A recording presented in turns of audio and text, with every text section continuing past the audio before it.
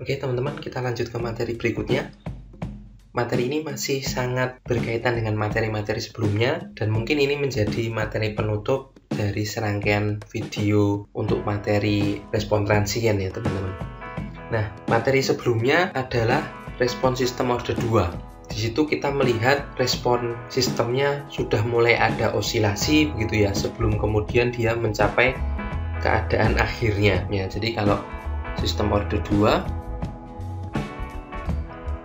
tadi ya, bisa kita gambarkan responnya itu akan mengalami osilasi dulu, kemudian baru dia mencapai titik akhirnya.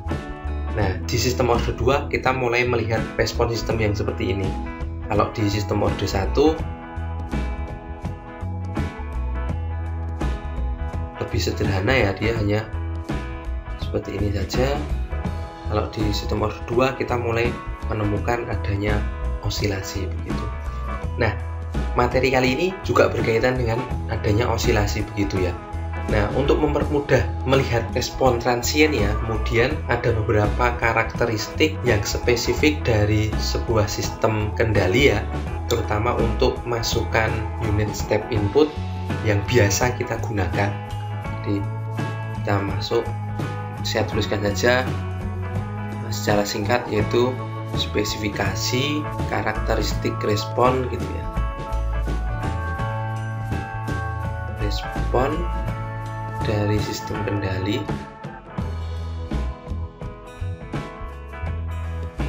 untuk masukkan fungsi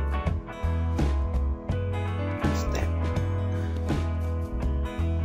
Ada beberapa spesifikasi kendali yang kemudian akan sering kita gunakan untuk melihat atau untuk membandingkan antara performa satu sistem dengan sistem yang lain ya. Di antaranya teman-teman langsung saja saya tuliskan. Yang pertama ada yang namanya delay time. Yang kedua ada namanya rise time.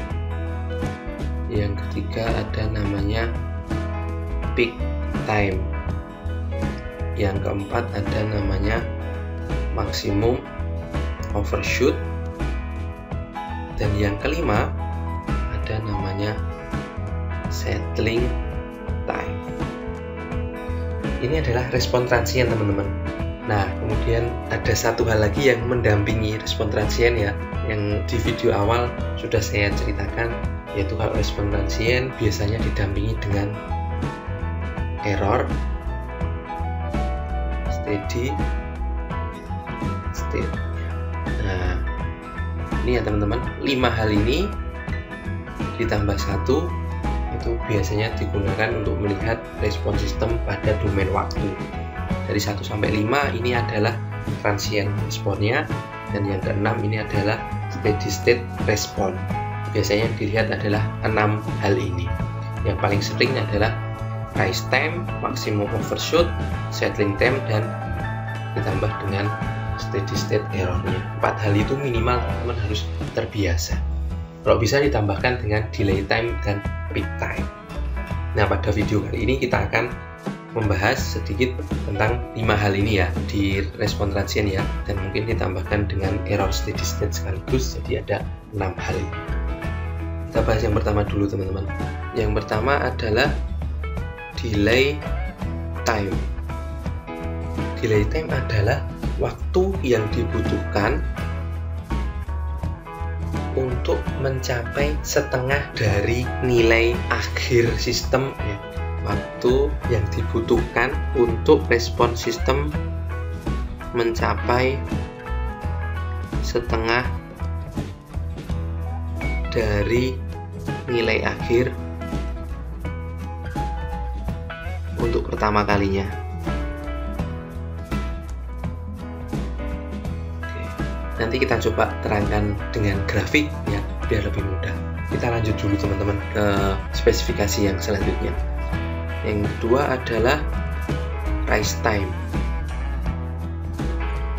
Rise time adalah waktu yang dibutuhkan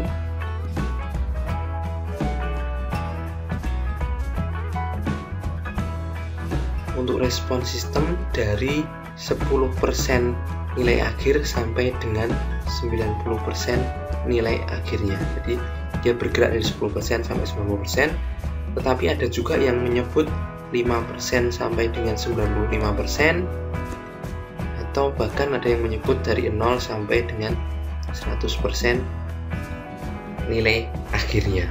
Itu adalah rise time. Nah, selanjutnya teman-teman, yang ketiga ada peak time. Ya, peak time adalah waktu untuk sistem mencapai puncak overshootnya untuk pertama kalinya ya. Itu peak time. Jadi dia waktu yang dibutuhkan respon sistemnya untuk sampai ke titik tertinggi ya, nilai tertinggi dari respon sistemnya itu adalah peak time-nya.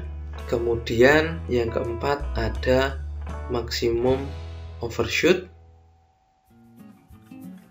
Ini biasanya dituliskan atau dihitung dalam bentuk misalnya persen ya, persentasenya. Maksimum overshoot adalah persentase kelebihan. Artinya apa? Ketika respon sistem itu melewati nilai yang dituju, nah nilai lebihnya itu berapa persen dari nilai yang dituju. Atau perbandingan, tulis saja perbandingan nilai lebih ya, saya tulis lebih dari nilai yang dituju.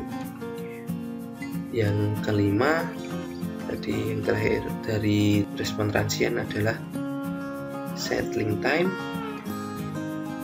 adalah waktu yang diperlukan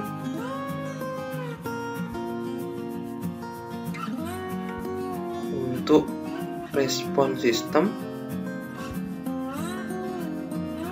berada di nilai antara 2% hingga 5% dari nilai akhir.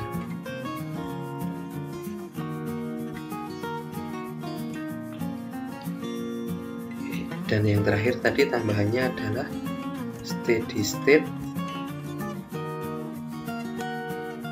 error. Steady state error adalah nilai error ketika sistem sudah tidak bergerak ketika mendekati nilai akhir. Oke. Itu ya teman-teman, 6 hal itu yang biasanya akan ditanyakan ketika kita melihat respon sistem dalam domain waktu. Oke, mungkin kalau kita lihat dalam bentuk tulisan seperti ini agak susah ya teman-teman. Saya akan coba terangkan dalam bentuk gambar saja biar lebih mudah dipahami. Kita coba gambarkan teman-teman. Oke, saya punya gambar. Ini adalah sumbu Y-nya, yaitu outputnya. Kemudian ini adalah sumbu T-nya ya, waktunya. Di sini CT output. Nah, tadi itu yang disebut sebagai rise time, settling time, peak time, maximum overshoot dan sebagainya tadi, itu adalah ketika sistemnya mendapatkan input berupa unit step. Maka artinya targetnya adalah unit step. Unit step itu dia berubah dari 0 menuju 1, kemudian dia tetap bernilai 1 terus gitu ya. Jadi di sini ketika T-nya sama dengan 0, dia bernilai 1, naik. Kemudian setelah dia bernilai 1, dia akan tetap berada di nilai 1 terus. Nah, ini ya teman-teman. Ini adalah disebut sebagai target nilai finalnya. Nah, kemudian kalau responnya misalkan kita gambarkan seperti ini. Set. Nah, misalkan seperti itu ya. Maka kita bisa melihat performanya, yaitu ada 6 spesifikasi tadi termasuk steady state error. Kita coba bahas satu persatu dari gambar dengan menggunakan gambar ya. Yang pertama mungkin adalah delay time. Delay time adalah waktu yang diperlukan untuk respon sistem mencapai setengah dari nilai yang dituju. Nilai yang dituju adalah 1, ya kan? Setengahnya berarti ada 0,5. Nah, untuk dia responnya mencapai 0,5 di sini ya. Ini berapa? Nah, itu disebut sebagai time delay atau delay time tadi. Itu yang pertama. Kemudian ada yang disebut sebagai rise time. Rise time adalah waktu yang dibutuhkan untuk sistem bergerak dari, ada yang menyebut 0 sampai dengan 100%. 100% itu adalah 100% mencapai nilai akhir yang dituju ya, artinya sampai dengan nilai 1. Ada yang bilang 0 sampai dengan 100%, ada yang bilang 5 sampai 95, ada yang bilang 10 sampai dengan 90. Ya, kita anggap saja tengah-tengahnya, misalkan dari 5% sampai dengan 95% nilai akhir. Maka rise time adalah waktu yang dibutuhkan dia responnya bergerak dari sini 5% sampai dengan sini. Ini adalah respon time-nya.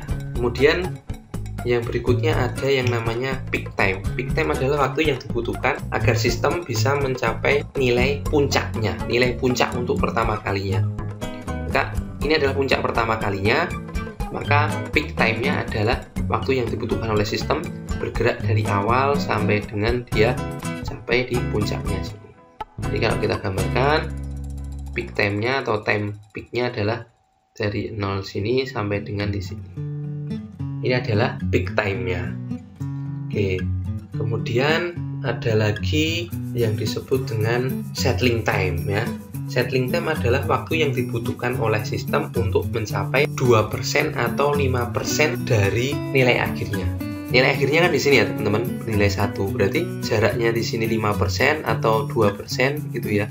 Nah, ketika responnya itu berada pada daerah 5 atau 2% ini dan dia tidak keluar lagi ya, maka sampai situlah settling time tadi dihitung.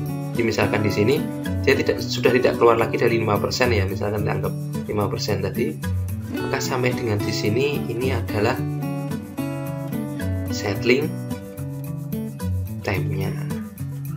Gitu ya.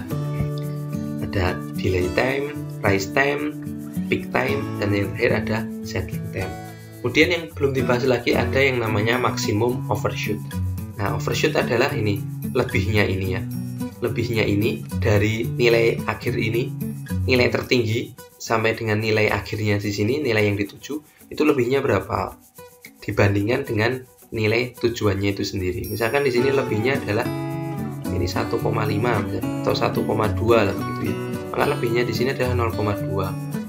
Maka maksimum overshoot-nya adalah 0,2 dari 1 dikalikan 100%, karena dalam satuan persen. Atau dalam hal ini, contohnya ini adalah 2%.